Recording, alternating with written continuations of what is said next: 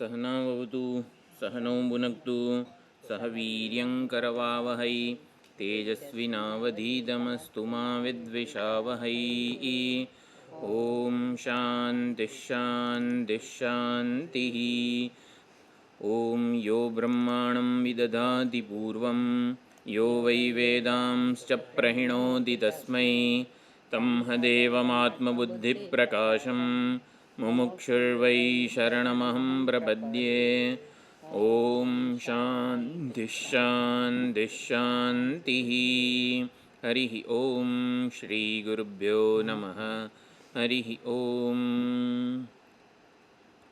सदाशिवसमारम्भां शङ्कराचार्यमध्यमाम् अस्मदाचार्यपर्यन्तां वन्दे गुरुपरम्परां वन्दे गुरुपरम्पराम्। तपः प्रभावाद्देवप्रसादाच्च ब्रह्मः श्वेताश्वतरोऽध विद्वान् अत्याश्रमिभ्यः परमं पवित्रं प्रोवाच सम्यग् ऋषिसङ्गजुष्टम्। यस्य देवे परा भक्तिः यथा देवे तथा गुरौ तस्यैते कथिता ह्यर्थाः प्रकाशन्ते महात्मनः।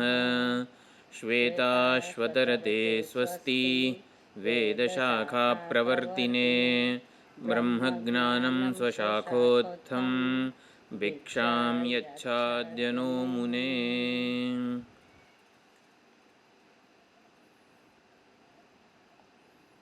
બાકીના બધા ટીકાના શ્લોકો છે ભૂલી લઈએ.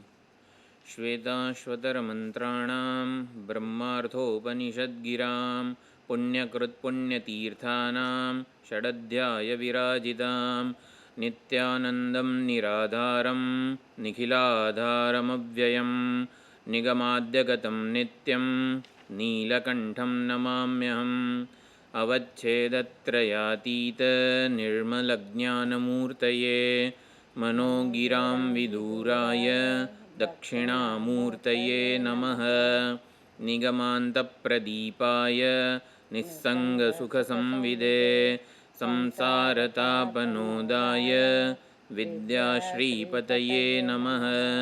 प्रत्यस्ताखिलभेदाय जगद्विभ्रमसाक्षिणे ज्ञानोत्तममुनीन्द्राय नमः प्रत्यक्सुखात्मने.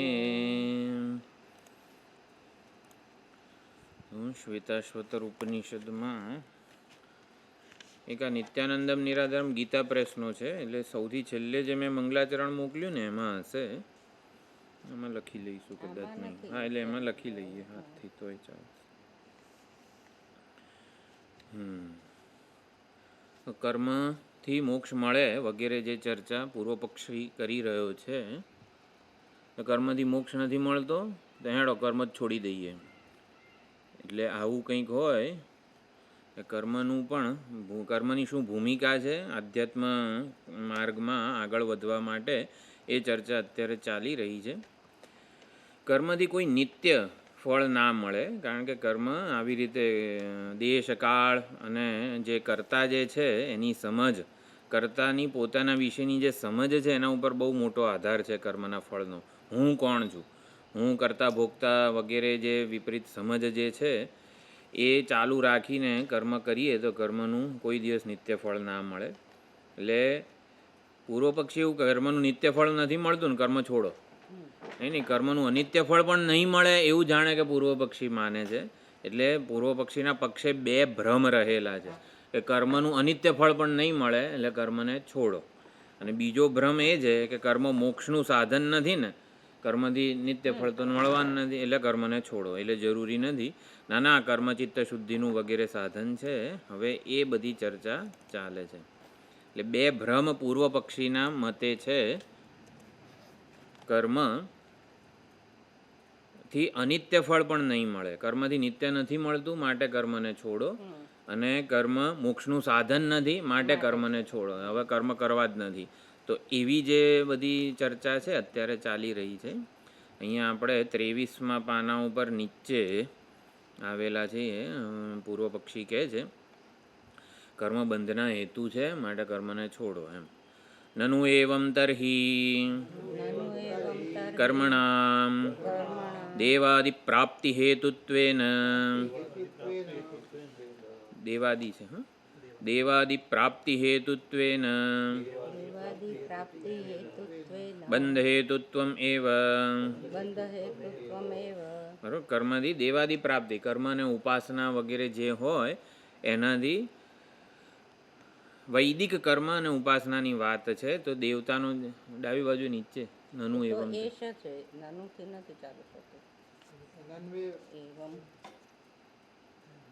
એવમ શ્રુતિ સ્મૃતિ તારામાં કઈ ચોપડી જુદી છે ને. મને લાગે છે ઘરે મારી હું ભણતી હતી એ વખતની છે એ ચોપડી લઈ આવું શોધવી પડશે. હરિઓમ હા રહ્યું બરોબર. એટલે કર્મ દેવાદી પ્રાપ્તિ, કર્મ અને ઉપાસના વગેરેથી શું થાય? દેવતાનો પોતાના ઈષ્ટ દેવતા વગેરેનો જે લોક છે એ પ્રાપ્ત થાય, પરંતુ એ પણ શરતી છે, કર્મના ફળ રૂપે મળવાનો છે. અને માટે કર્મના ફળની જે કંઈ પણ મર્યાદા છે એ બધી એમાં રહેલી જ છે. તો કર્મનું જે કંઈ ફળ હોય, આપણે કંઈક કરીને સુખી થવા જ માગીએ છીએ, પણ સુખી થવા માટે પોતાના વિશેની જે સમજ છે બહુ જ મોટી, કર્મના ફળમાં આ દોષો રહેલા છે ને એવું આપણે સમજવાનું નહીં. બહુ કર્મના ફળમાં દોષો હોય કે નહીં, કર્મના કર્તા જે છે ને એની સમજ શું છે. કર્મનું ફળ અતૃપ્તિકરત્વમ છે ને, બંધકત્વમ છે ને, સાતિશયત્વમ છે ને, દુઃખ મિશ્રિતત્વમ છે ને, આ બધા દોષો કર્મના ફળમાં આપણને આવું છે આવું છે આવું છે એમ એવું નહીં. કર્મનો જે કર્તા છે એનો અભિગમ શું છે કર્મ કરતી વખતે, એના આ દોષો છે. હું કરતા ભોગતા જો એવી સમજ ચાલુ રાખીને કર્મ કરીશું તો આવું થશે એમ. એટલે એ દોષો કર્તામાં રહેલા છે, કર્તાની માન્યતામાં રહેલા છે, કર્મના ફળમાં નથી. એટલે બંધ હેતુત્વમ એવા, બંધના હેતુ છે માટે છોડો. ત્યારે હવે સિદ્ધાંતિ કહે છે સત્યમ સ્વતઃ બંધ હેતુત્વમ એવ. જો અહીંયા શું ભાષાંતર લખેલું હશે સ્વતઃનું? હા, કર્મો તો સ્વતઃ બંધનના હેતુ જ છે ને. જો આ ભાષાંતરમાં શું લખેલું છે? સ્વયં તો બંધન કે કારણ હે, એવું ના હોય. કર્મણ સ્વતઃ બંધ હેતુત્વમ એવા, એટલે સ્વતઃ એટલે એકલા કર્મો. એકલા કર્મો એટલે યોગ બુદ્ધિ વિનાના કર્મો, આવું સમજવાનું છે. સ્વતઃ એટલે યોગ બુદ્ધિ વિનાના, એવું અહીંયા લખી નાખજો તમે ઓલામાં. એટલે યોગ બુદ્ધિ વિનાના કર્મો બંધનના હેતુ જ છે. રાજસ અને તામસ જે છે કર્મો, એટલે કર્તા વગેરે બનીને કરીએ ત્યારે એ બંધના હેતુ બને છે. એટલે જે 16મા અધ્યાયમાં ઈશ્વરો મહમ ભોગી સિદ્ધોહમ બલવાન સુખી આઢ્યોભી જ નવાન અસ્મી કોન્યો સ્થિત સદૃશો મયા, આ બધા જે છે ને એ બંધનના હેતુ બને છે. સ્વતઃ એટલે યોગ બુદ્ધિ વિનાના કર્મો બંધનના હેતુ બને છે. આમ તથા ચ શ્રુતિ કર્મણા પિતૃલોક, બરોબર. કર્મથી પિતૃલોક પ્રાપ્ત થાય. પિતૃલોક એટલે પુણ્યલોક, મનુષ્ય લોક કરતાં ઉચ્ચતર લોક છે, ઉત્કૃષ્ટ ઉપાધિ છે, ઉત્કૃષ્ટ સંજોગો છે, પુણ્યનો લોક છે. સર્વે એતે પુણ્યલોકાઃ ભવન્તિ. હવે આ છાંદોગ્યમાં આપણે ત્રયો ધર્મસ્કંધાઃ વગેરે કંડિકા છે. છાંદોગ્ય ઉપનિષદ પણ બ્રાહ્મણો ઉપનિષદ છે, એટલે એના જે આ 2, 23, 1 વગેરે જે છે ને એને કંડિકા કહેવાય. બૃહદારણ્યકની પણ કંડિકા કહેવાય. એવી રીતે તો કર્મથી પુત્રેણ અયમ લોક જય્ય કર્મણા પિતૃલોક વિદ્યા દેવલોક. પુત્ર વડે આ લોકનું સુખ પ્રાપ્ત થાય, કર્મ વડે પિતૃલોકનું સુખ પ્રાપ્ત થાય, અને વિદ્યા વડે એટલે ઉપાસના વડે દેવલોકનું સુખ પ્રાપ્ત થાય. એવું અહીંયા સાધન બતાવવામાં આવ્યું. સર્વે એતે આ જેટલા પણ છે એટલે પાંક્ત કર્મો જેટલા પણ છે, પુણ્યલોકાઃ ભવંતિ, બ્રહ્મચારી, ગૃહસ્થ અને વાનપ્રસ્થ, આ ત્રણેયને સર્વે એતે કીધેલું છે. એટલે આ ત્રણેય આશ્રમ અને આશ્રમના કર્મો બધા જે કંઈ છે એ પુણ્યલોકાઃ ભવંતિ, એમને પુણ્યલોક પ્રાપ્ત થાય છે.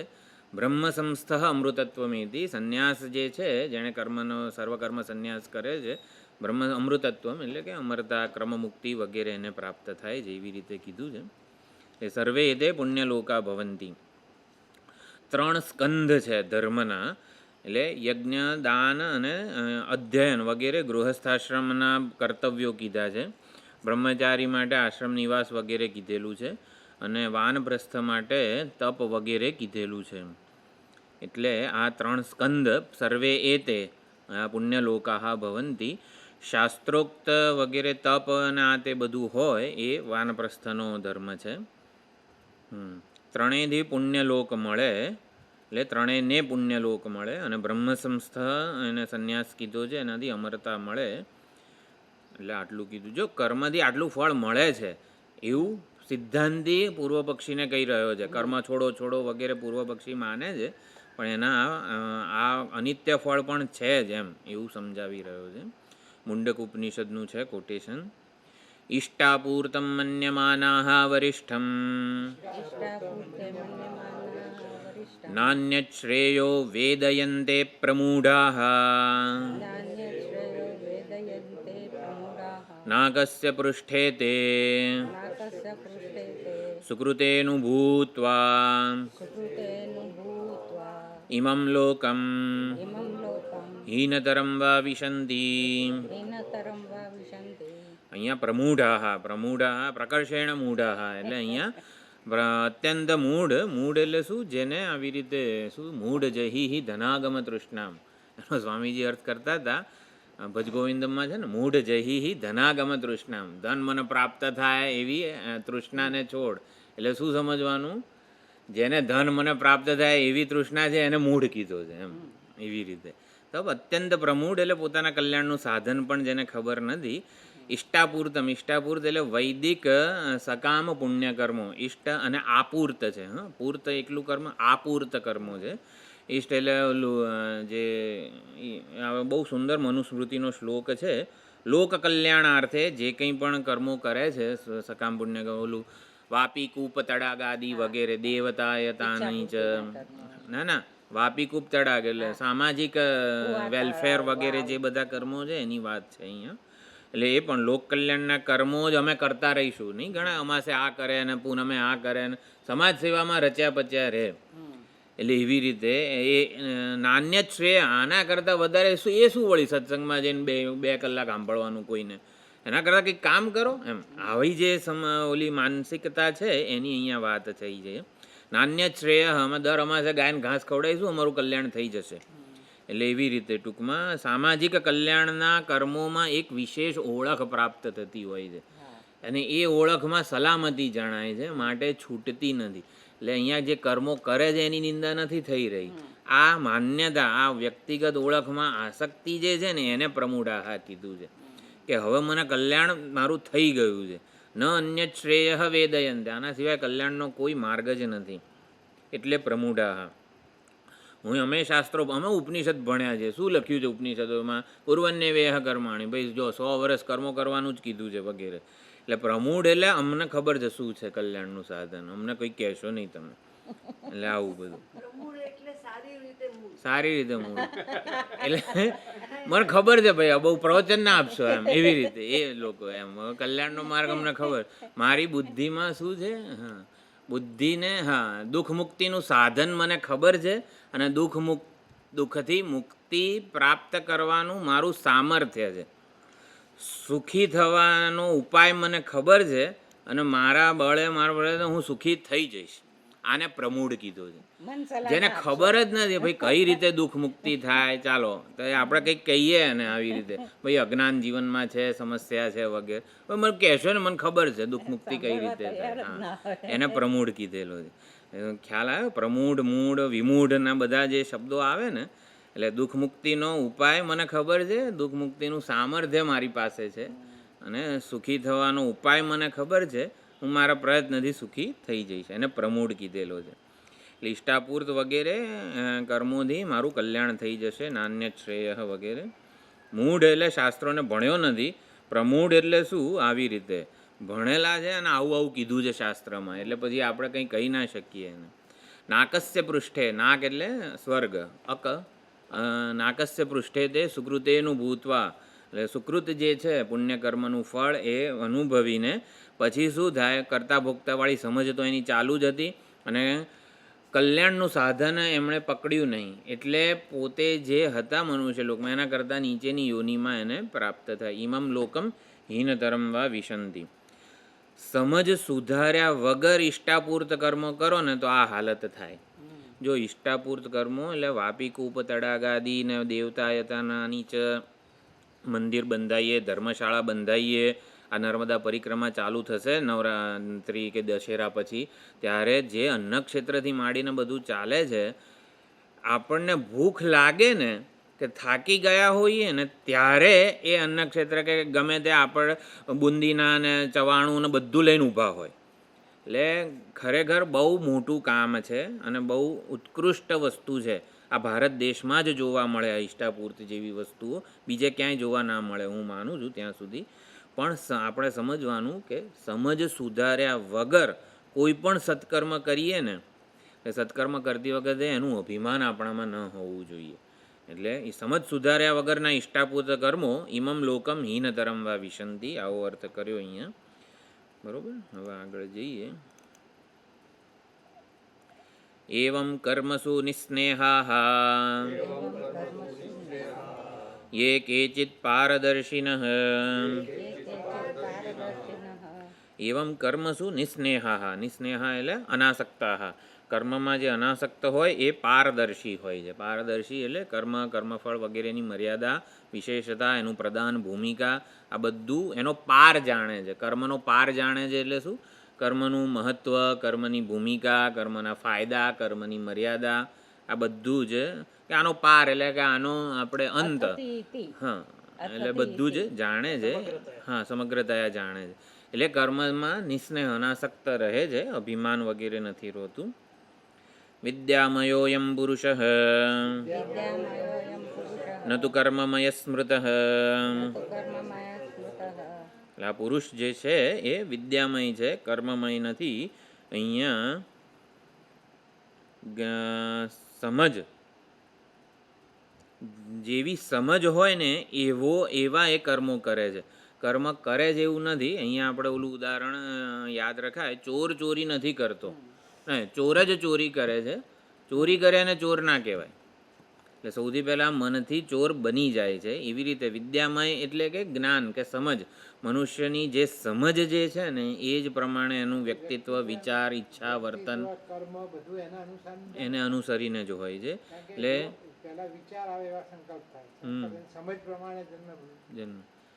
એટલે પેલી વાત છે ને, જે પ્લાન્ડ મર્ડર હોય તો કેટલા વખત રેકી ના તે બધું કર્યું હોય એટલે નતું તો એને શિક્ષા થાય છે. પણ પોતાના બચાવમાં કોઈનું મર્ડર થઈ ગયું હોય એને નથી કીધું.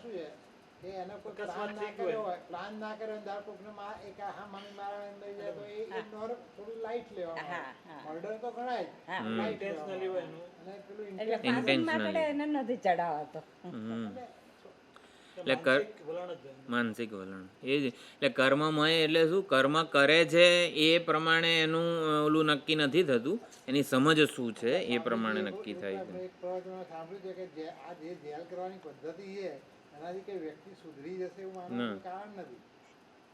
સમજ સુધારવાના બધા અંદર પ્રયત્નો થવા જોઈએ. એવં ત્રયી ધર્મમ અનુપ્રપન્નાઃ ગતાગતમ કામકામાઃ લભન્તે. ત્રયી ધર્મમ અનુપ્રપન્નાઃ. ત્રયી ધર્મ એટલે વૈદિક સકામ, જે કંઈ કર્મકાંડનો વિભાગ છે એની જે શરણે ગયેલા, એટલે એને જ કલ્યાણનું સાધન માનનારા. કામકામાઃ, જે વિષયો જે છે એની જ કામનાવાળા. કામકામાઃ કરતા છે, પ્રથમા બહુવચન. એ ગતાગતમ લભંતે, એ જન્મ મૃત્યુના ચક્રને જ પ્રાપ્ત થાય છે. એટલે એમાં જ સકામ મનુષ્ય આયો ગયો વગેરે, જે અત્યારે ઓલા જીવડા કેવા આવે છે, જન્મ્યાન મર્યા, બસ એવી જ હાલત છે. સમજ સુધાર્યા વગર સત્કર્મો કરીએ ને તોય આ જીવડા જેવી હાલત છે. થોડુંક ઉત્કૃષ્ટ યોની, ઉત્કૃષ્ટ સુખ ભોગવવા મળે, પાછું નીચે, પાછું ઉપર, પાછું નીચે, એવી રીતે સ્વર્ગમાં જઈને પાછો આવે, આવી રીતનું છે. યદા પુનઃ, આવા બહુ સુંદર આવે છે ચર્ચા. ફલનિરપેક્ષમ ફલનિરપેક્ષમ ઈશ્વરાર્થમ ઈશ્વરાર્થમ કર્મ અનુતિષ્ઠન્તિ. કર્મ અનુતિષ્ઠન્તિ. યદા પુનઃ જ્યારે આવી સમજ કંઈક પ્રાપ્ત થાય કે ફલનિરપેક્ષમ ઈશ્વરાર્થમ કર્મ અનુતિષ્ઠન્તિ, કર્મનું અનુષ્ઠાન જે છે ફળ માટેની આસક્તિ કે આગ્રહ રાખ્યા વિના અને ઈશ્વર પ્રસન્ન થાય એ ભાવનાથી કરવામાં આવે ત્યારે, એટલે અહીંયા પહેલાં સમજવાનું વૈદિક કર્મકાંડ ત્રયી ધર્મને આ અત્યારે આપણે પુણ્ય લોકાહા વગેરે જે કંઈ પણ ચર્ચા કરી, એટલે કર્મકાંડની ચર્ચા બધી નિરર્થક છે એવું નથી. કર્મથી આપણને મોક્ષ ના મળે, કર્મથી યોગ્ય સમજ વગર કરીએ તો યોનિ ભ્રમણ જન્મ મૃત્યુનું ચક્ર વગેરે ચાલુ રહે, અને જે કંઈ એટલે એની મર્યાદા સમજવામાં આવી છે. અત્યારે આ ચર્ચા આ શ્લોક જ્યારે સમજ્યા ત્યારે વાઘ અને ઓલી પૂંછડી વગેરે આપણે ઉદાહરણ જોયું હતું. વાઘની પૂંછડી વગેરે જે છે એ આ કર્તૃત્વ છે. એટલે કર્મ છોડી દઈએ પણ કર્તૃત્વ ના છોડીએ ને તો પછી કલ્યાણ થતું નથી. એટલે ગામમાં વાઘ ઘૂસી ગયો આપણે ઉદાહરણ જોયેલું છે. એટલે આપણે હંમેશા કર્તૃત્વ જે છે એ વાઘનું મોઢું છે. વાઘવાળું ઉદાહરણ તો ખબર છે, સ્વામીજીએ કીધું હતું એ પ્રમાણે. એટલે કર્તૃત્વ વાઘનું પૂંછડું છે અને આપણે જે કર્મ કરીએ ને એ કર્તૃત્વ મોઢું છે. એ મોઢું જ આપણને ખાઈ જાય છે, અને પૂંછડી જે છે ને એ કર્મ છે. એટલે આપણે કર્મ પકડીએ ને વધારે મજા આવે, આ જો વાઘને પકડી લીધો કે વગેરે, પૂંછડી પકડી લઈએ છીએ, પણ એ મોઢું કર્તૃત્વરૂપી આપણને ખાઈ જાય. એટલે આપણે શું કરવાનું? કર્મ કરતાં કરતાં આપણે આપણા ઘરમાં એટલે આત્મ સ્વરૂપમાં સ્થિત થવાનું. એટલે એના માટે કીધું કર્મયોગ વગેરે. એટલે ઘરે આવી જઈને પછી બાણું બંધ કરી દેવાનું, પછી કર્મને છોડી દેવાના. જેવા આત્મ સ્વરૂપમાં સ્થિત થવાનો પ્રયત્ન કરીએ, કર્મો છોડી દેવાના, એટલે કર્તૃત્વથી પણ છૂટી જઈએ. એટલે બેઉથી છૂટીએ ને તો વાંધો નથી. કર્મો છોડી દઈએ અને પૂંછડી છોડી દઈએ તો કર્તૃત્વ આઈને પકડવાનું જ છે. એટલે પૂંછડી અને મોઢું બંને એકસાથે છોડવા પડે. ઇન ધ સેન્સ કે કર્તૃત્વ અને ક્રિયા બંને છોડીને પછી ઘરમાં આત્મ સ્વરૂપમાં સ્થિત થવાનું છે. એટલે યદા પુનઃ કર્મ મોક્ષ પરંપરાએ મોક્ષનું સાધન છે એવું અહીંયા કહે છે. યદા પુનઃ ફલનિરપેક્ષમ, અહીંયા એ પણ ધ્યાન રાખવાનું, કર્મફળની અનાસક્તિ, કર્મફળ પ્રત્યેની અનાસક્તિ એટલે જે કર્મફળ આવે એવો અર્થ નથી થતો.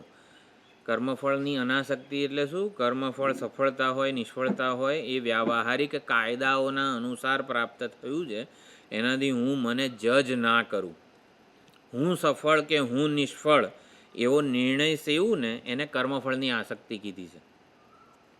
કર્મફળની આસક્તિ એટલે આ અર્થ છે વેદાંતમાં. સામાન્ય રીતે કર્મફળ મને તો આવું ફળ મળવું જોઈએ વગેરે વગેરે કહેવાય, એ કર્મફળની આસક્તિ નથી. વેદાંતમાં ભગવદ્ ગીતામાં શું અર્થ છે? હું સફળ હું નિષ્ફળ, એ હું વિશેનો નિર્ણય છે એવું ફળ ઉપરથી.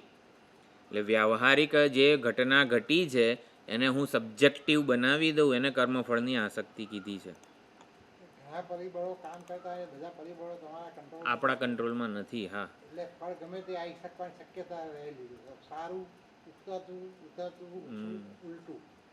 એટલે પ્રારબ્ધ પ્રમાણ ફળ આવે છે એવું બધું નથી. આપણે પુરુષાર્થ જે છે એ રોલ ભજવે જ છે, પણ ઈશ્વર કર્મફળ દાતા છે અને વ્યાવહારિક બધા સમષ્ટિના કાયદાઓ પ્રમાણે ફળ આવેલું છે.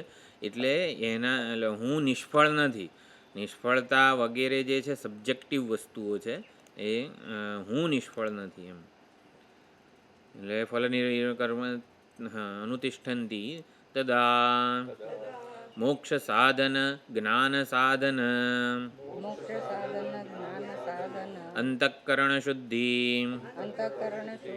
સાધન પારંપર્યેણ. જો અહીંયા મોક્ષનું સાધન જ્ઞાન, જ્ઞાનનું સાધન અંતઃકરણ શુદ્ધિ, આવી રીતે ઓલું અન્વય જાય છે. મોક્ષનું સાધન જ્ઞાન, જ્ઞાનનું સાધન અંતઃકરણ શુદ્ધિ અને અંતઃકરણ શુદ્ધિનું સાધન કર્મ. એટલે આવી રીતે કર્મ મોક્ષનું પારંપર્યાએ સાધન બને છે. મોક્ષ સાધનમ ભવતી, એટલે કર્મને ફળ નિરપેક્ષ કરવા વગેરે જે છે, એટલે ફળ મજા આવશે, આ કર્મ કરવાનીથી મજા આવશે એવું નહીં. આ કર્મ કરવાથી આપણે ધન વગેરે જે કંઈ પણ હોય દુન્યવી સિદ્ધિ મળશે અને ઉપાધિ ઉત્કૃષ્ટ બનશે. આ ત્રણ પ્રકારની જે ગણતરી છે એનાથી આપણે છૂટીને કર્મ કરીએ, મોક્ષના સાધન રૂપ આ કર્મને બનાવીએ, એટલે એ તક છે. કર્મ એ આપણે મોક્ષની, જ્ઞાનની, અંતઃકરણ શુદ્ધિની મહાન તક ભગવાને આપી છે એવું કીધું. તથાહ ભગવાન બ્રહ્મણ્યાદાય કર્માણિ સંગમ ત્યક્ત્વા કરોતિ યહ. બ્રહ્મણી આધાય એટલે બ્રહ્મમાં, પરમાત્મામાં આધાય નિક્ષિપ્ય, એટલે આધાયનો અર્થ છે સંન્યાસ. પરમાત્મામાં કર્મોનો સંન્યાસ અને કર્મના ફળની આસક્તિ. સંગમ ત્યક્ત્વા વગેરે કર્મોને અને કર્મફળનો જે સંગ છે, એટલે કર્મોનો સંગ અને ફળનો સંગ બ્રહ્મમાં, પરમાત્મામાં આધાય નિક્ષિપ્ય સંન્યાસ્ય, જે કર્મ કરે છે પરમાત્મામાં બધે એ મુખ્ય કર્તૃત્વનો સંન્યાસ છે અને કર્મફળની આસક્તિનો સંન્યાસ છે. એવું હોય તો લિપ્યતે ન સ પાપેન પદ્મપત્રમિવાંબસા, તો પાપ પુણ્ય વગેરેથી એનો લેપ થતો નથી. પદ્મપત્ર ઉપર જે પાણી જેવી રીતે સરકી જાય એવી રીતે આના પાપ અને પુણ્યના ઓલા બંધનથી છૂટી જાય છે. એટલે ઈશ્વર કર્મયોગના બધા મુદ્દા વગેરે જે છે, અહીંયા હનુમાનજીનું ઉદાહરણ આપણે લીધેલું છે. હનુમાનજીએ પોતાની ઈચ્છાથી કંઈ કર્યું નથી. હેડો ને હું આમ કરી નાખું, તેમ કરી નાખું વગેરે. ઈશ્વરની, રામજીની જે આજ્ઞા હતી ને એ પ્રમાણે કરેલું છે. બરોબર. સંગમ ત્યક્ત્વા ફલ નિરપેક્ષમ કર્માણી કુર્વન એવો અર્થ કર્યો. કાયેન મનસા બુદ્ધ્યા કેવલૈરિન્દ્રિયૈરપી. કાયેન મનસા બુદ્ધ્યા, કાયા વડે, મન વડે, બુદ્ધિ વડે, કેવલૈહિ ઇન્દ્રિયૈહિ. કેવલૈહિનો અર્થ ત્યાં છે ને ભાષ્યકારે બહુ ચર્ચા કરેલી છે ગીતાના ભાષ્યમાં. કેવળ શબ્દનો શું અર્થ કર્યો? તો મમત્વ વર્જિતૈહિ એવો ત્યાં ગીતા ભાષ્યમાં અર્થ કરેલો છે. મમત્વ વર્જિતૈહિ ઇન્દ્રિયૈહિ, કેવળ વડે એટલે કેવલૈહિ ઇન્દ્રિયૈહિ, કેવલેન કાયેન, કેવલેન મનસા, કેવલેન બુદ્ધ્યા. એટલે દરેક સાથે કેવલ શબ્દ જાય છે. એટલે મમત્વ વર્જિત આ સમજવાનું ઈશ્વરાર્થે. આનાથી મને કંઈ એટલે વ્યાવહારિક સ્થૂળ લાભ નહીં, આનાથી ઈશ્વર પ્રસન્ન થાય એવું. યોગિનઃ કર્મ કુર્વન્તિ સંગમ ત્યક્ત્વાત્મશુદ્ધયે. બરોબર. સંગમ ત્યક્ત્વા, જે સંગ છે, આસક્તિ છે, એને છોડીને યોગીઓ કર્મ કરે છે, સમર્પણ કરે છે કર્મોનું અને કર્મફળનું. એટલે કર્મ છોડવાનું શંકરાચાર્યજી પણ કહેતા નથી, મમત્વ વર્જિતૈહિ કીધેલું છે ત્યાં ભાષ્યમાં. યત કરોષિ યદશ્નાસી યજ્જુહોષિ દદાસી યત યત તપસ્યસી કૌન્તેય તત્કુરુષ્વ મદર્પણમ. તત્કુરુષ્વ મદર્પણમ, ભગવાનને અર્પણ કરવા માટે આ કર્મ હો. એટલે કર્મ મારી ઈચ્છાથી, મારી આજ્ઞાથી, મારા સામર્થ્યથી એવું નહીં, ઈશ્વરને અર્પણ કરવા માટે જ કર્મ હોય તો પછી આપણે એના બંધનથી મુક્ત રહી શકીએ. શુભાશુભ ફલૈરેવમ મોક્ષસે કર્મબંધનૈઃ સંન્યાસયોગયુક્તાત્મા વિમુક્તો મામુપૈષ્યસી. બરાબર. 9મા અધ્યાયમાં બધા સુંદર શ્લોક. આપણે આમાં શુભાશુભનો અર્થ કરેલો. શુભ અને અશુભથી મુમુક્ષુ જે છે છૂટી જાય છે. સુંદર ત્યાં તો શુભથી પણ છૂટી જાય છે. શુભ કર્મોના ફળથી, શુભાશુભ ફલૈહિ એ કર્મોના પુણ્ય કે સુખરૂપી ફળથી પણ છૂટી જાય છે. એટલે કર્મનું સુખરૂપી પુણ્ય, સત્કર્મો કરતો હોય તો પુણ્ય અને પુણ્યનું ફળ છે સુખ, તો એ સુખથી પણ છૂટી જાય છે. અરે રે શુભાશુભ ફલૈહિ મોક્ષસે, કર્મના શુભ ફળથી, પુણ્યનું સુખરૂપી ફળથી પણ છૂટી જાય છે. તો દુઃખની વાત ના કહેવાય, સુખથી છૂટી જાય છે. હા, ઓલી સાંકળ વગેરે જે છે, સોનાની સાંકળ વગેરે તો આ અર્થ કરેલો. આપણે શું અર્થ કર્યો હમણાં છેલ્લે શુક્રવારે જ કર્યો નીલકંઠમાં. આ જન્મ સુખ ભોગવવાય જન્મ તો લેવો પડે, બરોબર. પછી એટલે એનાથી એ છૂટી જવાય. ના ના, કર્મના પુણ્ય ફળ એટલે સુખરૂપી ફળથી પણ આ મુમુક્ષુ છૂટી જાય છે. હા, યાદ નથી આવતું ત્યાં શું વાત કરી. જન્મ લેવો પડે તો કર્મ, હા, કર્મનું સુખરૂપી ફળ મળે તો સારું નહીં? વાંધો શું જ વેદાંતને? ભોગવવા જન્મ લેવો પડે. બરોબર. મફતમાં તો સુખ મળવાનું નથી. સુખ ભોગવતી વખતે પણ કંઈક તો કરવું પડશે. પણ મૂળ જે છે ને વેદાંતને જ્યાં તીર મારવું છે એ વસ્તુ, આમ કર્મનું સુખરૂપી ફળ ભોગવવામાં વેદાંતને વાંધો શું છે? હા, આ વસ્તુ છે. શું કીધું?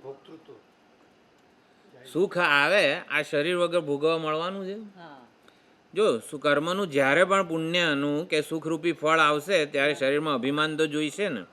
લાડુ ખાવો હોય તો શરીર વગર લાડુ ખાવાનો સંભવ છે?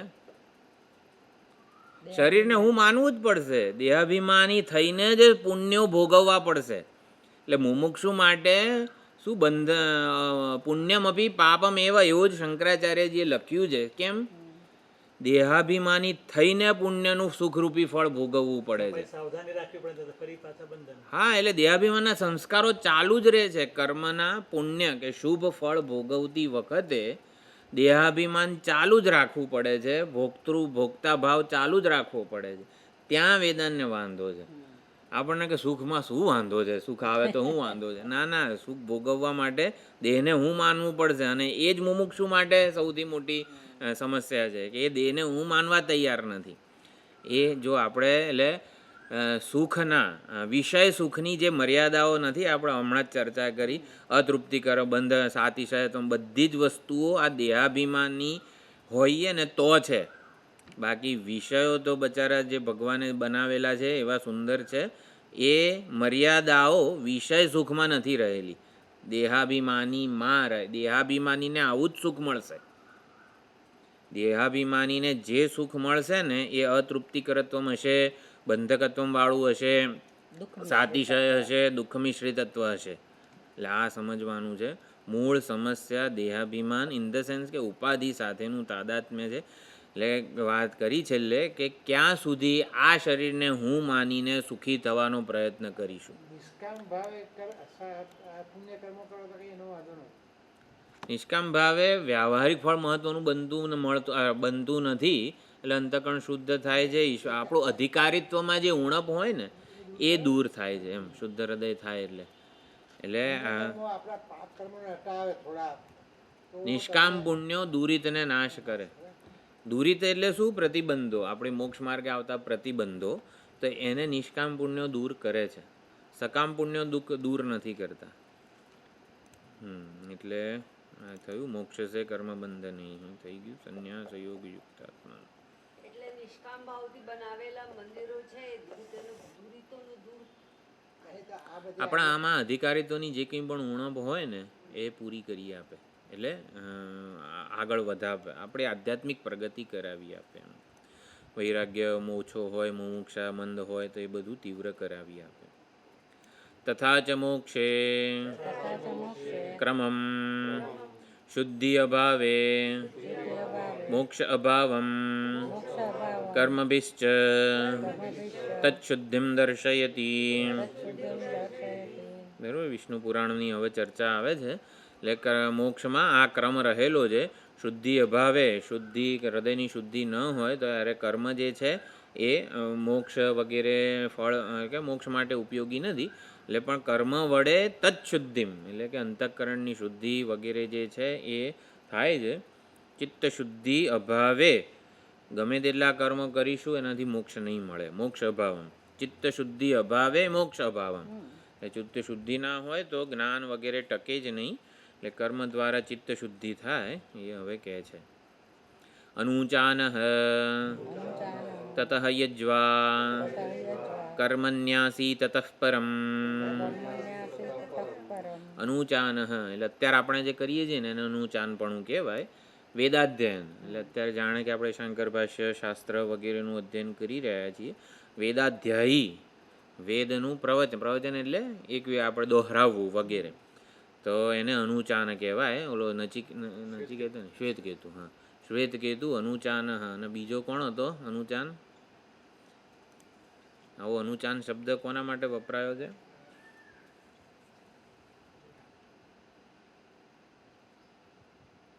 આવું યાદ રહે ને એટલા માટે. ગાર્ગ્ય અને અનુચાન. ગાર્ગ્ય જે હતો ને એને અનુચાન. હવે બાપુ બોલો ને કયો વેદ બોલવાનો છે ને આમ તેમ બધું એને આવડે. એટલે ટૂંકમાં અપરા વિદ્યામાં પારંગત હતો અનુચાન. જો આ તાદાત્મ્ય વસ્તુ થાય વેદના બધા આવી મંત્રો ને એના સાથે ઉત્કૃષ્ટ વસ્તુ જે છે પણ પોતાના વિશે અનુચાન એટલે એક વખત બોલ્યો હોય ને એ બીજી વખત એને યાદ જ રહી જાય. ના એવું નહીં, પ્રવચન કરતા અથવા તો આવી રીતે મંત્ર આવી દોહરાવવું. આપણે યમરાજા અગ્નિ વિદ્યા બોલ્યા ને તરત નચિકેતા એ બોલી બતાવી એટલે એ અનુચાન. એને અનુચાન ના કહેવાય, વેદાધ્યયન ટૂંકમાં. અનુચાન તત યજ્વા અને વેદાધ્યયન કરીએ પછી શું કરવાનું? યજ્ઞો વગેરે એટલે વૈદિક કર્મો કરવાના. યજ્વા એટલે હા એટલે વેદાધ્યયન કરવાનું, વૈદિક યજ્ઞો કરવાના. અને વૈદિક યજ્ઞો એટલે કે એ પ્રમાણેનું જીવન જીવવાનું. ખાલી વેદાધ્યયન કરીએ અને પછી એ પ્રમાણે જીવન ના જીવીએ તો બ્રહ્મ રાક્ષસની યોનિ મળે. એટલે એવું કીધેલું છે. બ્રહ્મ રાક્ષસ કોણ? કે બ્રાહ્મણ હોય એટલે વેદાધ્યયન હા બધું કયા ઉપનિષદમાં કયું બધું આવડે, પણ એ તો બધું પોથીમાંના રીંગણા જેવું કે શું જે હોય એટલે હા એ પ્રમાણે યજ્વા એટલે કીધું છે એ પ્રમાણેનું જીવન જીવવાનું. અને પછી શું કરવાનું? કર્મન્યાસી તતઃ પરમ. અને પછી કર્મ જે કંઈ પણ કર્મ છે એટલે કર્મ તો સાધન છે, મુખ્યત્વે કર્તૃત્વથી છૂટવા માટે કર્મ સંન્યાસ છે. એટલે કર્મ સંન્યાસ જ્યારે શબ્દ વપરાય શંકરાચાર્યજીના ભાષ્યમાં ત્યારે સમજવાનું કે કર્તૃત્વનો સંન્યાસ મુખ્ય એમાં ધ્યેય છે. કર્મ છોડે છે ત્યારે કર્મની જરૂરિયાત નથી રહી, કારણ કે કર્તૃત્વ ટકાવવાની જરૂરિયાત નથી રહી. કર્તૃત્વથી છૂટવું છે માટે કર્મ સંન્યાસ છે. તતઃ જ્ઞાનિત્વમભ્યેતિ યોગી મુક્તિમ ક્રમાત લભેત. એટલે કર્મન્યાસ સર્વકર્મ સંન્યાસ થાય અને એટલે આત્મ સ્વરૂપમાં સ્થિત થાય. કારણ કે આત્મ સ્વરૂપ અકર્તૃ છે અને માટે એ જ્ઞાન વડે અકર્તૃ આત્મ સ્વરૂપમાં સ્થિત થાય એને જ્ઞાનિત્વમ અભ્યેતિ એવું કીધું. જ્ઞાનીપણાને પ્રાપ્ત થાય છે એટલે કે આત્મજ્ઞાન એને પ્રાપ્ત થાય છે. અને યોગી પછી ક્રમમુક્તિ ક્રમાત જીવન મુક્તિને પ્રાપ્ત થાય છે આ ક્રમે. એટલે પહેલાં અનુચાન વેદાધ્યયન કરવાનું, પછી એની સમજ પ્રમાણે જીવન જીવવાનું, કર્તવ્યો કરવાના, પછી ધીમે ધીમે કર્મન્યાસ સર્વકર્મ સંન્યાસ કરવાનો અને પછી આત્મજ્ઞાન પ્રાપ્ત કરી જ્ઞાનમાં સ્થિત થવાનું એટલે જીવન મુક્તિ. અનેક જન્મ સંસાર ચિતે પાપ સમુચ્ચયે ન અક્ષીણે જાયતે પુંસામ ગોવિંદાભિમુખી મતિ. બહુ સુંદર. ગોવિંદ અભિમુખી મતિ આપણે પરમાત્મા તરફ અભિમુખ આપણું મન જે છે મતિ આપણી બુદ્ધિ ગોવિંદને અભિમુખ બનવી જોઈએ. તો ક્યારે એવું થાય? અનેક જન્મ સંસાર ચિતે એટલે ચિતે એટલે પ્રાપ્ત કરે, અર્જન કરે, કમાયેલા અનેક જન્મોમાં જે કંઈ પણ આપણે કમાયેલું છે શું દુરિત પાપ સમુચ્ચય આ બધા અનેક જન્મોમાં જે કંઈ પણ કર્તૃત્વ મુખ્ય કર્તૃત્વને પાપ કીધેલું છે આ બધા પાપ વગેરે જે છે ન અક્ષીણ જ્યાં સુધી ક્ષીણ ના થાય એટલે પાપ ક્ષીણ થાય ને પછી ગોવિંદ અભિમુખી મતિ બને છે. એટલે આપણે ગોવિંદને અભિમુખ થયા છીએ, પરમાત્મા અભિમુખ થયા છીએ. કેટલા પાપ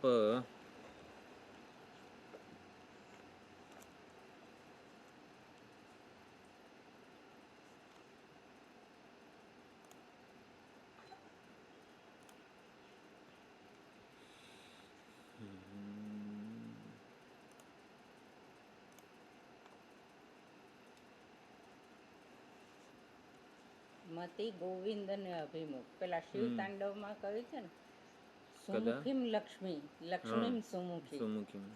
જેનું મુખ આવી રીતે સત્કર્મો તરફ હોય એવી લક્ષ્મી મને પ્રાપ્ત થાય.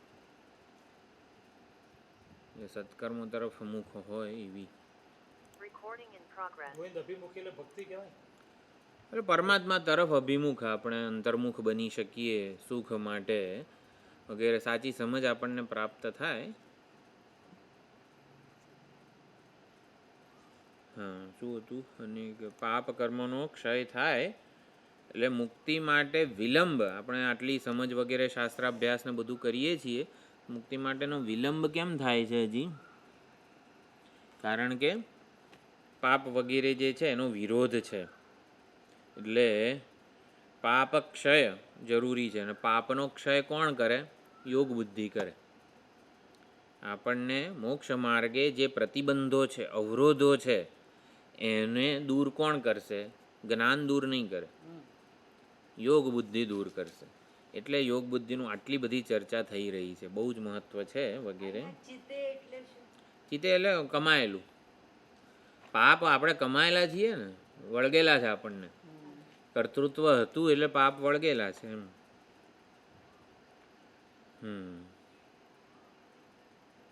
તો થયું પાપક્ષય જરૂરી છે એવું આપણે સમજ્યા.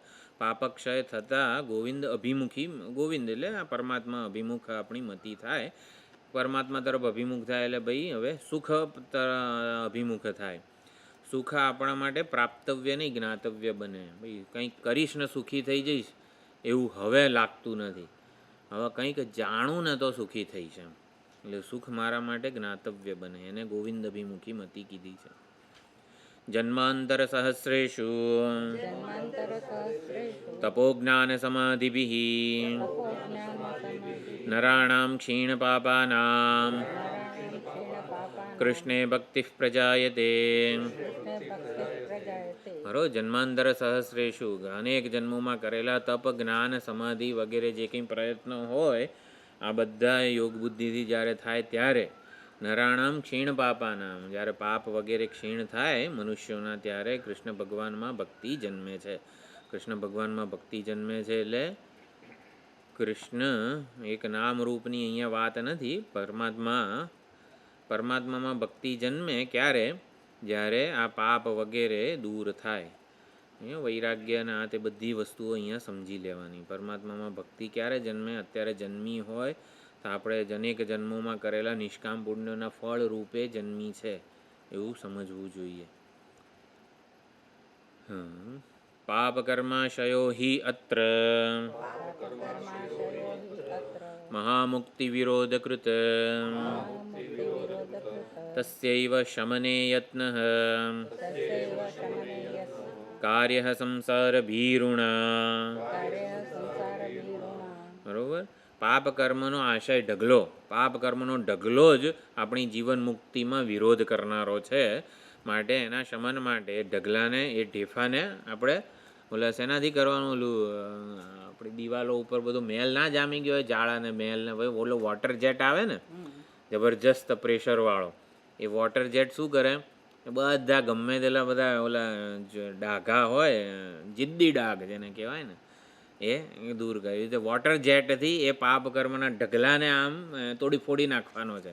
વલસાડમાં પહેલા ઓલું પથ્થર ઘસતા હતા નીચે, ચોમાસામાં લીલ, હવે આ વોટર જેટ થી છે. હવે બહુ સુંદર બધે મળે છે અહીંયા. ઘણી બધી લોકલ કંપનીમાં પણ એ પ્રેશર એડજસ્ટ કરી શકીએ ને બધું છે એનું. તો વોટર જેટ શું છે? આ યોગ બુદ્ધિ છે. એ તસ્યૈવ શમને યત્ન, એ શમન માટે યત્ન કરવો જોઈએ. સંસાર ભીરુણા, સંસારમાં જેને ભય લાગે છે, સંસારનો ભય લાગે છે એવું નહીં, સંસારમાં જેને ભય લાગે છે. સંસારનો ભય એવું બધું નથી અહીંયા સમજવાનું. સંસારમાં ભય શેનો લાગે છે? આપણે ગમે તેટલું કરીશ ને તો એ કાયમ માટે સુખી નહીં થવાય. ગમે ત્યાંથી પ્રારબ્ધ કર્મ ક્યારે કયું આવે વગેરે.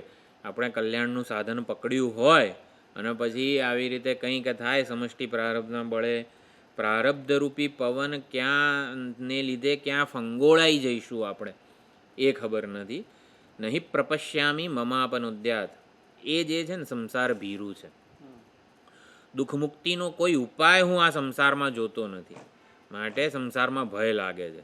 મુમુક્ષુને સંસારમાં ભય શેના માટે લાગે છે? દુઃખ મુક્તિનો કંઈક કરું ને દુઃખથી છૂટી જવું ને એવું તો હવે લાગતું જ નથી. હવે દુઃખથી છૂટવાનો ઉપાય શું છે? નહીં પ્રપશ્યામી, હું જોતો નથી વગેરે. હા, એટલે હવે શું કીધું? સંસાર ભીરુણા. સુવર્ણાદિ મહાદાન પુણ્યતીર્થ અવગાહનૈ શારીરૈશ્ચ મહાક્લેશૈ શાસ્ત્રોક્તૈ તચ્છમો ભવેદ. તત્શમઃ, પાપ કર્મનો જે આશય ઢગલો હતો એનું શમન કઈ રીતે થાય? એટલે પાપનો ક્ષય વગેરે જે છે એના માટે આ યોગ બુદ્ધિ વગેરે જરૂરી છે. પાપ કર્માશય મહામુક્તિ. પાપ શમન, પાપ ક્ષય કેવી રીતે થાય? તો મોટું દાન શું છે? સુવર્ણાદિ મહાદાન. મહાદાન એટલે શું? જ્યારે આપવામાં જરા આટલું બધું આમ તો અહીંયા પિંચ થવું જોઈએ, આવું દયાનંદજી મહારાજનો શબ્દ છે. Give until it pinches you. આટલું આમ કંઈક થાય ને અંદર, ત્યાં સુધી દાન કરો એમ. એટલે દાનમ નામની પુસ્તક છે ને આપણા દયાનંદજી મહારાજની, એમાં આવું કરે દાન કોને વગેરે શું થવું જોઈએ. હા, ભલે કચવા તમે અશ્રદ્ધા આપી દે એમ, એવું તૈતરીયમાં આવ્યું ને. ના, એટલે કેવું, કરોડપતિ હોય 1 રૂપિયાનું દાન આપે,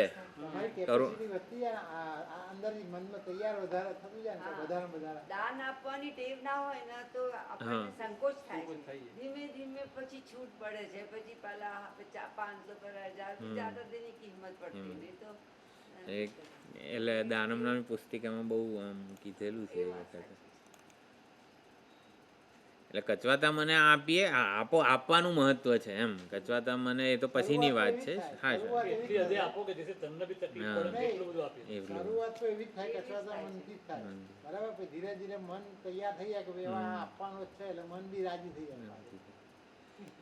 માઘ કવિ ને, માઘ કે કોણ છોકરાઓ માનસિક તૈયાર નહીં હોય, સાહેબ મને ધોવાના જ છે, ઘરથી નક્કી હોય કે મારું તો રોજ ધોવાણ થવાનું જ છે, એટલે એને કોઈ નવાઈ ના લાગે. એટલે મોટું દાન મહાદાન, એટલે જેનાથી પોતાના જીવનમાં ખાડો પડે, કંઈક અસર દેખાય, એને અહીંયા મહાદાન કીધેલું છે. હા, તીર્થ અવગાહનૈ. તીર્થ એટલે જ્યાં તીર્થમાં રોજ જવાનું, તીર્થમાં, બરોબર ને? રોજ. હા, એટલે તત્વ તીર્થ નામ આપ્યું. તીર્થ એટલે શું? પહેલાના જમાનામાં તીર્થ સ્થળોએ કોઈક મહાત્માનો સત્સંગ ચાલતો હતો. ખાલી ખાલી હેડો નહીં જઈ આવીએ અને ડૂબકી મારી આવીએ, એને તીર્થ વગેરે નથી કીધું. બ્રહ્મ વિદ્યાનું અધ્યયન અધ્યાપન જ્યાં થાય ને એને તીર્થ કહેવાય. એટલે આવી રીતે એ તીર્થ શારીરૈશ્ચ મહાક્લેશૈ. શારીર અને બધા જે કંઈ પણ ઉત્પાત મચાવનારા બધા મહાક્લેશ હોય એનાથી શમઃ ભવેત. એટલે જે કંઈ પણ આપણા શાસ્ત્રોક્ત બધું હોવું જોઈએ. એટલે શાસ્ત્રોક્ત વિધાનથી મહાક્લેશ શાસ્ત્રોમાં કીધેલું છે એવા થોડુંક સહન કરીએ વગેરે. શારીરૈ મહાક્લેશૈ. મહાક્લેશ શારીર એટલે શરીરના સ્તરે થોડું ઘણું સહન કરવાના સંસ્કાર આપણે પાડીએ, તપ કહી શકાય વગેરે. શું સિદ્ધિ એને જય વરે જે પરસેવે નાય, આવું સ્વામીજી કહેતા હતા. એટલે પરસેવે નાહવું પડે ટૂંકમાં એમ. શાસ્ત્રોક્તૈ તત્ક્ષમઃ ભવેત. એટલે અહીંયા કીધું છે કે સવારથી સાંજ સુધી ધન પ્રાપ્તિ માટે કેટલું સહન કરીએ છીએ એમ. સવારથી સાંજ સુધી કોઈ પણ માણસ, આ બોમ્બે તમે જુઓ લોકલ ટ્રેનના તે બધામાં બાપુ, એટલે એ તો લાઈફ એવી છે ત્યાં, આપણે એની કંઈ એ નથી કરતા. એટલું સહન આપણે સત્સંગ માટે કરીએ છીએ એમ. ધન પ્રાપ્તિ માટે જેટલું સહન કરેલું કર્તવ્ય કર્મ કરતી વખતે, જ્યારે આપણે નોકરી કરતા હતા, ધંધો કરતા હતા, પણ એટલે એમાંથી કેટલા ટકા સહન હવે બ્રહ્મ વિદ્યાની પ્રાપ્તિ માટે કરીએ છીએ એમ.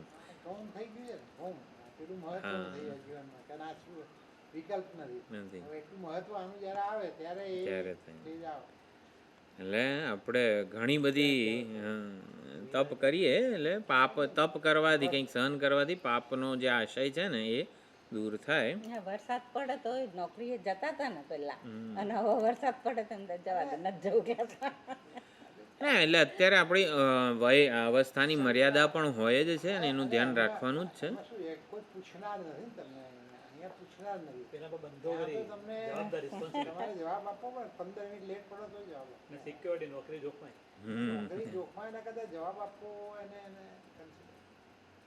દેવતા શ્રુતિ સચ્છાસ્ત્ર દેવતા શ્રુતિ સત્શાસ્ત્ર શ્રવણૈઃ પુણ્યદર્શનૈઃ પુણ્યદર્શનૈ ગુરુશુશ્રૂષણૈશ્ચૈવ ગુરુશુશ્રૂષણૈશ્ચૈવ પાપબંધઃ પ્રશામ્યતિ. પાપબંધઃ પ્રશામ્યતિ. બરોબર. દેવતા એટલે અને શ્રુતિ સત્શાસ્ત્ર શ્રવણ એટલે જે કંઈ પણ વૈદિક આપણા દેવતાઓ હોય એના સ્તોત્ર પાઠ વગેરે, શિવજી વગેરે જે કંઈ પણ એમ શ્રાવણ મહિનો હોય, અધિક મહિનો હોય તો આપણે જે કંઈ પાઠ પારાયણ શ્રવણ કરીએ, કથા શ્રુતિ સત્શાસ્ત્ર એટલે આવા બધા ઉપનિષદો વગેરેનું શ્રવણ કરીએ, પુણ્ય દર્શન મહાત્માઓ વગેરેનું દર્શન કરીએ અથવા તો આ દેવ દર્શને જઈએ. ગુરુ શુશ્રૂષણૈશ્ચૈવ અને ગુરુ શુશ્રૂષા વગેરે. હવે પુણ્ય દર્શન વગેરે કીધા છે એટલે મહાત્માના દર્શનથી પણ પાપનું જે છે એ બધા સંસ્કાર, પાપાચરણનું જોર આ બધું શમી જતું હોય છે પ્રશામ્યથી. તે મહાત્મા જે આમ સામાન્ય રીતે પહેલાંના જમાનામાં કેવું હતું, કોઈક મહાત્માનું આપણા જીવનમાં અનુશાસન હોય જ એમ. આપણે કોઈક મહાત્મા સાથે સંકળાયેલા હોવા જોઈએ. એને ગુરુ શુશ્રૂષા વગેરે કીધું છે, અરે પુણ્ય દર્શન કીધું છે. અને વૈદિક કે શાસ્ત્રોક્ત દેવોના જ મંદિરો હોવા જોઈએ. આપણે વળી નવા ઊભા નથી કરવાના. એક એના ઉપર ભાર આપેલો બધા જાત જાતના અત્યારે લેટેસ્ટ બધા ભગવાન કે અહીંયા એટલે શાસ્ત્રોક્ત દેવતા એટલે અહીંયા પણ પૂજા હંમેશા શિવજી, રામકૃષ્ણ, દેવી, ગણપતિ વગેરે શાસ્ત્રોક્ત દેવતાની થાય. જે કે મહાપુરુષોના મંદિરો નથી હોતા. એટલે શંકરાચાર્યજી મહાપુરુષ કંઈ કહેવાય. શંકરાચાર્યજી એટલે મંદિર હોય ને શંકરાચાર્યજીનું, એમાં પૂજા તો શિવજીની જ થતી હોય. શંકરાચાર્યજીની પ્રતિમા હોય ને બધું હોય, પણ પૂજા મહાદેવની થતી હોય. એટલે શિવલિંગ હોય એમ ટૂંકમાં. એટલે આપણે જલારામ બાપાનું મંદિર વગેરે જે કંઈ પણ હોય તો એમની પૂજા થાય. હકીકતમાં પૂજા આમની થવી જોઈએ, ભગવાનની થવી જોઈએ એવું કીધેલું છે. એટલે મહાપુરુષોના ભક્તોના મંદિરો નહીં, મંદિરો તો દેવોના જ એટલે શાસ્ત્રોક્ત આપણા શિવ વગેરે જે છે એ બધા હોવા જોઈએ. અંદર મહાત્માની એક મૂર્તિ હોય એ વાત અલગ છે. ભાગવતમાં છે ને મંદિર ભગવાનનું બધું હા એવું જ. કૃષ્ણશંકર શાસ્ત્રીને બધા અદ્ભુત કામ કર્યું છે એમણે. માનવ મંદિરની અંદર પણ ભગવાનનું મંદિર છે. એ એમના નાના ભાઈ હતા. સ્થાપક છે ને એની બી વેચા મૂર્તિ મૂકેલી છે. પણ એમના નાના ભાઈ હતા. કૃષ્ણશંકર શાસ્ત્રી નાના ભાઈ. એટલે આ પ્રમાણે ગમે તેટલા મૂળ શંકરાચાર્યજી હોય, શંકરાચાર્યજી જગતગુરુ વલ્લભાઈ બધું કહેવાય છે. એમના મંદિરો એવું નહીં. મંદિરો એટલે દેવ પૂજા તો શાસ્ત્રોક્ત દેવતાની જ થાય. બાજુમાં મૂર્તિ મહાત્માની હોય એની થાય, એનો વાંધો નથી. હા, શું છે યાજ્ઞવલ્ક્ય યાજ્ઞવલ્ક્ય સ્મૃતિ આવે છે હવે. યાજ્ઞવલ્ક્ય અપી શુદ્ધિ અપેક્ષા તત્સાધનમ ચ દર્શયતી.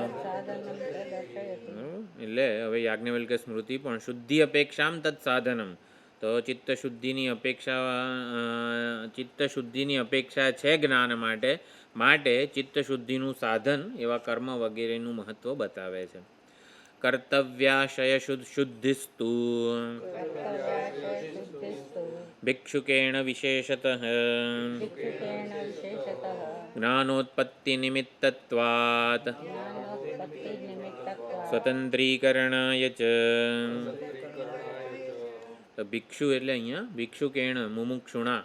ભિક્ષુક એટલે કે મુમુક્ષુ, જિજ્ઞાસુ વગેરે એણે મોક્ષેચ્છા માટે જ સર્વ કંઈ છોડેલું છે. જ્ઞાનોત્પત્તિ નિમિત્તત્વાત સ્વતંત્રીકરણાય ચ કર્તવ્ય આશય શુદ્ધિ વિશેષતઃ વિવક્ષિત. એટલે આવી રીતે હૃદયની શુદ્ધિ ભિક્ષુક માટે અનિવાર્ય છે. કર્તવ્યાશય શુદ્ધિ એટલે ચિત્તશુદ્ધિ. તો ચિત્તશુદ્ધિ જે કર્તવ્યોથી થાય એ કર્તવ્યો એના માટે ખાસ જરૂરી છે. એટલે મનની નિર્મળતા, શુદ્ધિ વગેરે માટે એક જો સાદા આપણે કોઈ પણ કર્મો વગેરે કરીએ ને તો ચિત્તશુદ્ધિ થાય. અહીંયા જ્ઞાનોત્પત્તિ નિમિત્તત્વાત કીધું છે. હૃદયમાં બ્રહ્મ વિદ્યા જન્મે ને એના માટે એક જુદા પ્રકારની શુદ્ધિ જોઈએ છે. જુદા પ્રકારની શુદ્ધિ એટલે શું? જો અહીંયા ગુરુ પ્રસન્ન ક્યારે થાય? હવે ગુરુ કંઈ દુઃખી હોય તો કંઈ આપણે એમને સેવા કરીને પ્રસન્ન કરવા પડે? આવું ઘણીવાર આપણે સમજ્યા છીએ કે પ્રસન્નમ તમનું પ્રાપ્ય, એટલે પહેલાં પ્રસન્ન કરવાના ગુરુને અને પછી ભાઈ કો નામ બંધ વગેરે, આ બંધનથી મુક્ત થવું છે વગેરે પૂછવાનું. તો ગુરુ કંઈ દુઃખી હોય તો એમને પ્રસન્ન કરે નહીં, વિશેષ પ્રકારે પ્રસન્ન કરવાના છે. તો વિશેષ પ્રકારે પ્રસન્ન કરવા ગુરુ પ્રસન્ન જ હોય, પણ શિષ્યથી વિશેષ પ્રકારે ક્યારે પ્રસન્ન થાય? શિષ્યની જિજ્ઞાસા મુમુક્ષા જુએ ત્યારે, જિજ્ઞાસા ખાસ. જિજ્ઞાસા.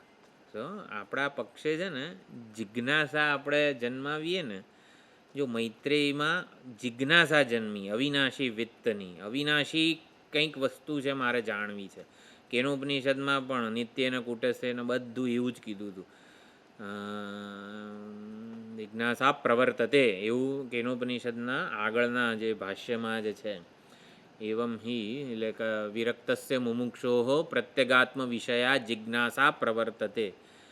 એટલે જ આપણે મામેવ એ પ્રપદ્યંતે માયામેતામ તરંતી તે, મારી જે શરણાગત થાય જે મુક્તિને તરી જાય એમાં પ્રપત્તિ કે શરણાગતિનો અર્થ આપણા માટે છે ને જિજ્ઞાસા કરેલો છે. જિજ્ઞાસા આપણા માટે બ્રહ્માસ્ત્ર છે. હા, એટલે આપણે નહીં બધા જ અર્જુન નચિકેતા ને બધા પાત્રોની વૈરાગ્ય શું છે, જિજ્ઞાસા શું છે ને શરણાગતિ શું છે, એ ત્રણેય વસ્તુઓ જોઈ હતી. એટલે જિજ્ઞાસા એટલે વેદાંત વગેરે માટે એક જુદા પ્રકારની ચિત્ત શુદ્ધિ જોઈએ છે. જો જે પવિત્ર જીવન જીવ્યા હોય એવા ઘણા આપણા વડીલો છે કે જે માત્ર આવી રીતે શું કહેવાય પરોપકારવાળું જીવન જીવ્યા છે, જેમણે કંઈ પોતાનું રાખ્યું નથી. આમ બસ નારાયણ સમજીને જ આમ સેવા કરી છે અને બધી જ વસ્તુઓ છે. ઘણા એવા પવિત્ર જીવન જીવનારા વડીલો આપણી સામે છે જ, એના ઉદાહરણો હોય જ આપણા જીવનમાં. પણ વેદાંત ભણવાનું એમને કદાચ આમ સૂઝતું નથી હજી. એટલે વેદાંત માટે છે ને જુદા પ્રકારની ચિત્ત શુદ્ધિ જોઈએ છે. એટલે એ બહુ જ અગત્યનું છે. વિશેષ પ્રકારની એટલે વિવેક હોવો જોઈએ. એટલે કર્મ કરતી વખતે આ વિવેક વગેરે, કયો વિવેક હોવો જોઈએ? જો કર્મ કરતી વખતે વેદાંત જે પ્રકારની ચિત્ત શુદ્ધિ માગે છે એ એના માટે શું? ભાઈ મને નિત્યની ઈચ્છા છે, મને નિત્ય વસ્તુ જોઈએ છે. એટલે જ્યારે આપણે ઓલા વડીલોની વાત કરી, ઘણા વડીલો અત્યંત શુદ્ધ છે, નિર્મળ હૃદયના છે, પવિત્ર જીવન જીવ્યા છે, ઈશ્વર આરાધન પૂર્ણ જીવન જીવ્યા છે. એમ મને નિત્યની ઈચ્છા થઈ, એમ કોઈક નિત્ય વસ્તુ, કોઈક વિશ્વસનીય વસ્તુ. એટલે આને વિધાનની વિશેષ પ્રકારની ચિત્ત શુદ્ધિ કહે છે. એટલે વૈરાગ્ય વગેરે એટલે નિર્મળ. જો એકાદ પ્રશ્ન પૂછ્યો હતો ને આપણે કે આવી રીતે પવિત્ર નિર્મળ શુદ્ધ જીવન જીવનારામાં પણ વૈરાગ્ય જોવામાં આવતો નથી. એટલે વૈરાગ્ય વગેરે વસ્તુ છે ને એ જોઈએ.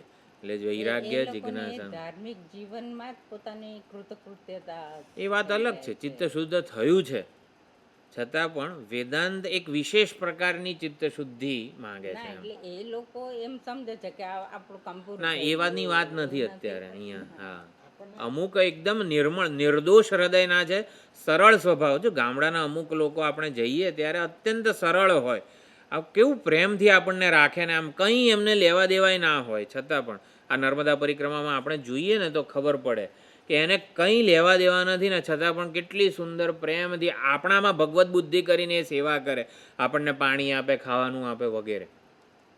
એટલે બહુ મહાન વસ્તુ છે. પણ વેદાંત એક જુદા પ્રકારની ચિત્ત શુદ્ધિની અપેક્ષા રાખે છે, વિવેક વૈરાગ્ય વગેરે. હા, નિષ્કામ સેવા જ કરતા હોય છે એ લોકો, કોઈ પ્રકારની બળની અપેક્ષા વગરની જ સેવા. જો ઘણા વડીલો છે જ એવા કે જે માત્ર આવી રીતે ભાઈ ભગવાન પ્રસન્ન થાય કે વગેરે બધું એવું જ જીવન જીવ્યા હોય છે. હા, એ બરોબર, એ આપણે વેદો કહે જ છે. પણ આપણા કેસમાં આપણે સમજવાનું કે આપણે છે ને એવી રીતે કર્મો કરીએ કે જેથી જિજ્ઞાસા જન્મે. આપણે વિવરણ અને ભામતી પ્રસ્થાન બે છે ને, જે આમ બહુ વખત પહેલાં ચર્ચા કરેલી. વિવરણ પ્રસ્થાનના મતને આપણે અનુસરીએ છીએ. આપણે બધા વિવરણ પ્રસ્થાનના આચાર્યોના ઓલા પરંપરામાં કહેવાઈએ. વિવરણ પ્રસ્થાનમાં કર્મ વિવિધ દિશાનું સાધન છે કંઈ પણ બોલું ને મારા વિવિદિશા જન્મે છે કે નહીં એ જોવાનું. એટલે કે ટૂંકમાં કંઈ યત કરોશી યદશનાસી વગેરે જે કંઈ પણ આપણો જીવન વ્યવહાર હોય વિવિદિશા જન્મી એનાથી ખરેખર હું કોણ છું એ જાણવાની ઈચ્છા થઈ એમ. એટલે કર્મ ને વિવિદિશાનું સાધન માનેલું છે વિવરણ મતમાં. હા, બંને વેદાંતના જ છે, એવું કંઈ નથી. ઓલામાં કોને માનેલું છે વિવિદિશાનું સાધન? નિધિધ્યાસન નહીં, કોને કંઈક જુદું છે. આપણે મારા ખ્યાલથી ક્યાં આઈતરે એમાં ચર્ચા કરી હશે, બહુ યાદ નથી રહ્યું મને. એટલે સંવાદિત વ્યવહાર માટે આવી રીતે ચલો આગળ જઈએ, નકર આ તો પૂરું જ નહીં થાય. કર્તવ્યાશય શુદ્ધિ ભિક્ષુકેણ મુમુક્ષુણા વિશેષતઃ કંઈક વિશેષ પ્રકારની કે જે જ્ઞાનોત્પત્તિનું નિમિત્ત બને અને સ્વતંત્રીકરણાય જાય, સુખ માટે આપણે સ્વતંત્ર બનતા જઈએ, કોઈના પર પરવશ વગેરે ન રહીએ. એટલે સ્વતંત્ર એટલે પોતાના શરીર ઇન્દ્રિય મન બુદ્ધિ ના આપણે સ્વામી હોઈએ, સ્વતંત્ર હોઈએ વગેરે. પછી મલિનો હિ યથાદર્શ રૂપાલોકસ્ય નક્ષમઃ રૂપ આલોકસ્ય એટલે અહીંયા મલિન, જો આદર્શ જો મલિન હોય તો રૂપ જોવા માટે સક્ષમ થતો નથી. એવી રીતે તથા અવિપક્વકરણ આત્મજ્ઞાનસ્ય નક્ષમઃ તો એવી રીતે અવિપક્વકરણ એવું જે ચિત્ત છે, હૃદય છે, મલિન હોય તો આત્મજ્ઞાન એમાં ધારણ થતું નથી. અવિપક્વકરણ એવી રીતનો સંધિ વિચ્છેદ થશે. આચાર્યોપાસનમ વેદ શાસ્ત્રાર્થસ્ય વિવેકિતા સત્કર્મણામનુષ્ઠાનમ સંગઃ સદ્ભિર્ગિરઃશુભાઃ સદ્ભિઃ ગિરઃ શુભાઃ. બરોબર. એટલે આચાર્ય ઉપાસના, આચાર્યની ઉપાસના એટલે એમની સેવા આરાધના વગેરે. વેદશાસ્ત્રસ્ય આ ઉપાસના, વેદશાસ્ત્ર વગેરેથી અને એટલે આચાર્યની સેવા અને શાસ્ત્રની સેવાથી વિવેકિતા એટલે આપણી બુદ્ધિ સૂક્ષ્મ થાય છે. જો આચાર્ય અને શાસ્ત્રની સેવાથી આપણી બુદ્ધિ સૂક્ષ્મ થાય છે. એક વિશેષ સૂક્ષ્મ અને શું છે સૂક્ષ્મ દૃશ્યતે તું અગ્રયા બુદ્ધ્યા સૂક્ષ્મયા સૂક્ષ્મદર્શીભિ. તો સૂક્ષ્મ અને તીક્ષ્ણ, તીક્ષ્ણ એટલે વિવેક, બરોબર. એટલે એ પ્રમાણે રહસ્ય સમજી શકે ને એવી બુદ્ધિ, અને એવી બુદ્ધિ પ્રાપ્ત થાય, વિશેષ પરિપક્વતા પ્રાપ્ત થાય. અને સત્કર્મણામ અનુષ્ઠાનમ, સત્કર્મોનું અનુષ્ઠાન વગેરે જે છે એના કરવાથી શુદ્ધ બુદ્ધિ થાય. એટલે મતિ આપણી જે છે શુદ્ધ થાય સત્કર્મોના અનુષ્ઠાનથી, યોગ બુદ્ધિથી. અને આચાર્ય ઉપાસન, વેદશાસ્ત્રની સેવા વગેરેથી એ સૂક્ષ્મ વિવેક વગેરે પ્રાપ્ત થતો હોય છે.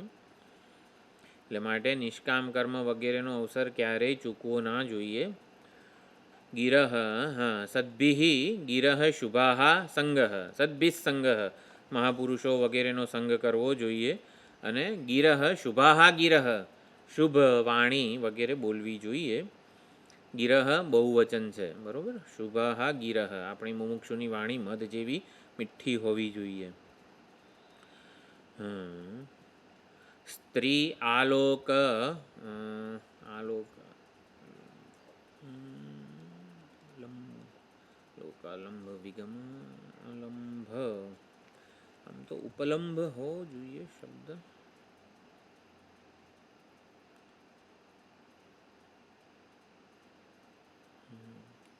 શબ્દ કયો હશે મારે જોવો પડશે. સ્ત્રી આલોક, સ્ત્રી આલોક એટલે સ્ત્રીને જોવાનું અહીંયા એ નથી. અહીં અમુક બ્રહ્મચારી માટે વગેરે કીધું હોય, ધારો કે સ્ત્રી આલોક એટલે જગતને વિષય બુદ્ધિ શું ભોગ્ય બુદ્ધિથી જોવું, એને સ્ત્રી બુદ્ધિ કીધે, સ્ત્રી આલોક વગેરે કીધું છે. એટલે બધા અહીંયા અર્થઘટન આવી રીતના છે. ભોગ્ય બુદ્ધિથી સંસારનું દર્શન કરવું ને એને સ્ત્રી આલોક કીધું છે. આ લંભ શું હશે જોવું પડશે. લંભ વિગમ, સ્ત્રી આલોક લંભ વિગમ, આલંભ હશે શબ્દ, જોવું પડશે. સર્વભૂતાત્મદર્શનમ ત્યાગ પરિગ્રહાણામ ચ જીર્ણકાશાય ધારણમ તો આવી રીતે જિજ્ઞાસુ, મુમુક્ષુ, આ સંન્યાસી જે વિવિધિષુ સંન્યાસી છે, જીર્ણ કાષાય વસ્ત્ર વગેરે ધારણ કરવાના, ત્યાગ, પરિગ્રહાણામ ત્યાગ, જે કંઈ પણ જીવન જરૂરિયાતની વસ્તુઓ હોય એમાં પણ આ થોડુંક ભેગું કરી લઈએ વગેરે, પરિગ્રહોનો ત્યાગ કરવાનો હોય, સર્વભૂતાત્મ દર્શનમ, સર્વભૂતોમાં આત્માનું દર્શન કરવાનું, અને સ્ત્રી આલંબ એટલે કદાચ આ હશે ઈચ્છા, શું કહેવાય, સ્વાર્થ વગેરે હશે, આસક્તિ. એટલે ઉપાલંબ એક શબ્દ હતો પણ એ નથી અહીંયા. સ્ત્રી આલોક એટલે આપણે આ સમજ્યા કે ભોગ્ય બુદ્ધિથી સંસારના વિષયોનું દર્શન કે સ્પર્શ, એટલે શું આ વૈરાગ્યની પણ વ્યાખ્યા છે ને, દૃષ્ટાદૃષ્ટ, દર્શન અને સ્પર્શ વગેરે. તો આ પ્રમાણે સ્ત્રી બુદ્ધિથી એટલે ભોગ્ય બુદ્ધિથી ટૂંકમાં એ નહીં જોવાનું સંસારને, બરોબર. અને આસક્તિ, આલંબ આસક્તિ નહીં. જીર્ણકાશ, વિષયેન્દ્રિય સંરોધ, તંદ્રા આલસ્ય વિવર્જનમ, શરીર પરિસંખ્યાનમ, પ્રવૃત્તિષુ અઘદર્શનમ.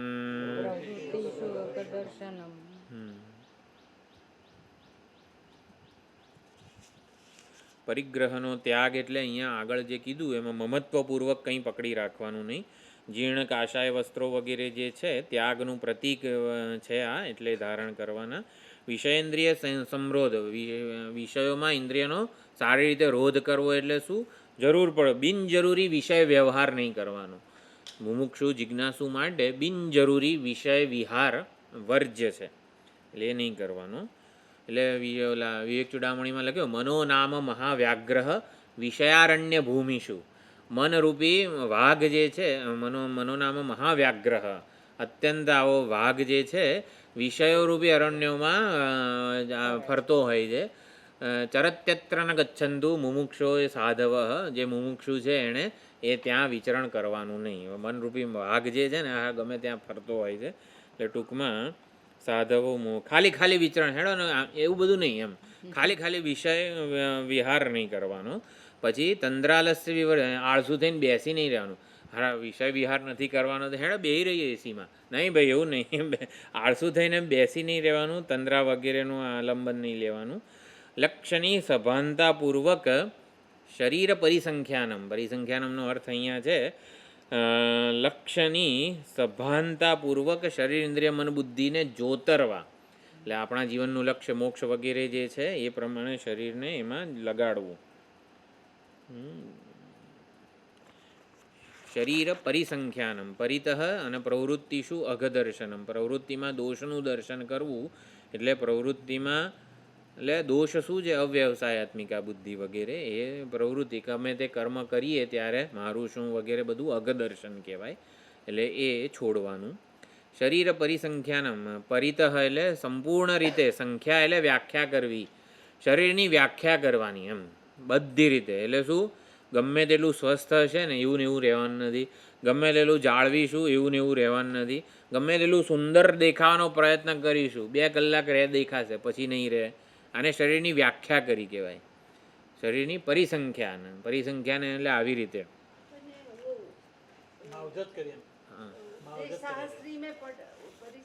પરિસંખ્યાન હો તો પરિસંખ્યાન વિધિ હે, એ તો નિધિ ધ્યાસન નહીં. પરિસંખ્યાન જુદું છે, પ્રસંખ્યાન વાદી જુદો છે. જો પરિસંખ્યાન એટલે ઓલું છે નિયમ વિધિ, આપણે આત્માવારે દ્રષ્ટવ્ય, શ્રોતવ્ય, મંતવ્ય, નિધિધ્યાસિતવ્ય. તો શ્રોતવ્ય, મંતવ્ય વગેરે વિધિ છે ને, તો આપણે ત્યાં એટલે 3 ઓલી હતી, નિયમ વિધિ, અપૂર્વ વિધિ અને પરિસંખ્યાન વિધિ. એ તમે જોયું મૈત્રેય બ્રાહ્મણમાં, એ પરિસંખ્યાન વિધિ છે. ઉપદેશ શાસ્ત્રીમાં ભણ્યા એ પ્રસંખ્યાન. પ્રસંખ્યાન એટલે હું બ્રહ્મ જો એવું વૃત્તિની આવૃત્તિ કરવાની, એનાથી જ્ઞાન અપરોક્ષ બને. એ જુદી જ વસ્તુ છે આખી. પરિસંખ્યાન એટલે નિયમ વિધિ, અપૂર્વ વિધિ, એમાં પરિસંખ્યાન હતું. એટલે પરિસંખ્યાન આખું એક પ્રકરણ છે. એમાં ઉપદેશ શાસ્ત્રીના ગદ્ય વિભાગમાં 3 પ્રકરણ હતા, એમાં ત્રીજું છે ને પરિસંખ્યાન હતું. હા, એટલે શરીરનું પરિસંખ્યાન કરવું એટલે પરિતઃ સંખ્યા, સંખ્યા એટલે વ્યાખ્યા, શરીરની બધી રીતે વ્યાખ્યા કરવાની. કોઈનું શરીર, હવે બ્રહ્માજીનું શરીર કાયમ માટે રહેવાનું નથી વગેરે, એને વ્યાખ્યા કરી કહેવાય. તત્વની દ્રષ્ટિએ, ભરોસાની દ્રષ્ટિએ, બળની દ્રષ્ટિએ, સુંદરતાની દ્રષ્ટિએ શરીરની વ્યાખ્યા કરો. શરીર વિશે નિબંધ લખો. શું?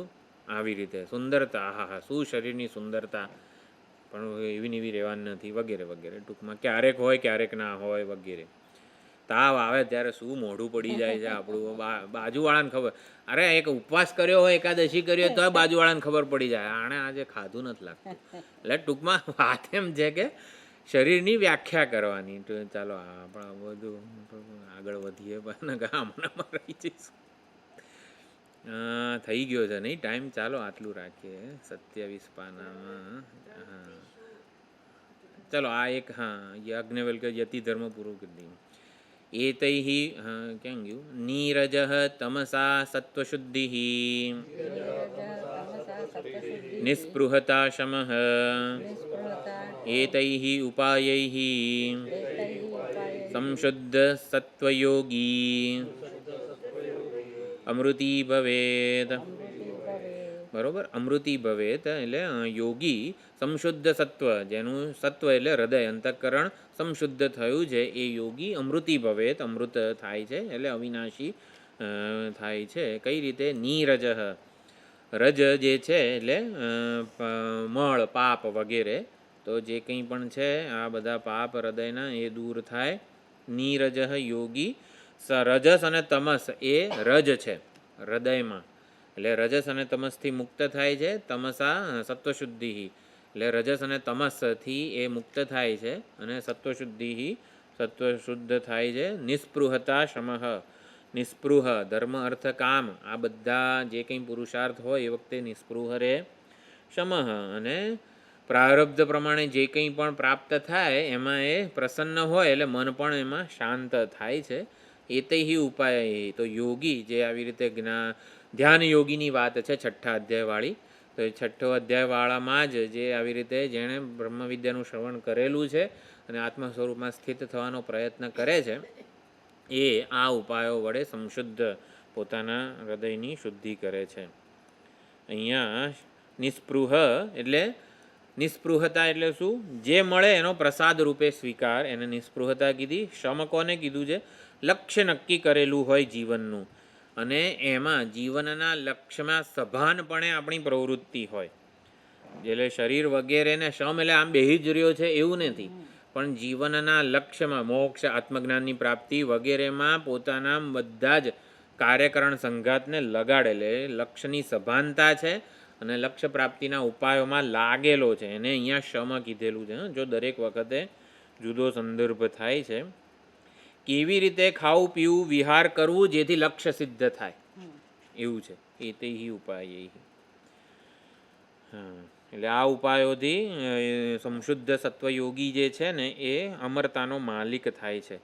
તો અમૃતિ એટલે ધનનો માલિક ધની કહેવાય, એમ અમરતાનો માલિક થાય છે, એટલે અમૃતિ શબ્દ અહીંયા લખેલો છે. અમરતાનો માલિક થાય છે, ધનનો માલિક ધની, એમ અમરતાનો માલિક અમૃતિ, એવો શબ્દ પ્રયોગ છે. આ બધું લખવાનું હોય અહીંયા. અમૃતિ એટલે શું? શું બોલ્યો?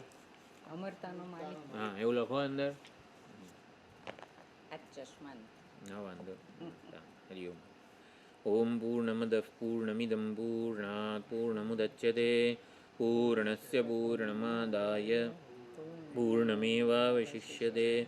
ઓમ શાંતિ શાંતિ શાંતિ. હરિ ઓમ. શ્રી ગુરુભ્યો નમઃ. હરિ ઓમ. માતાજીના થયા છે.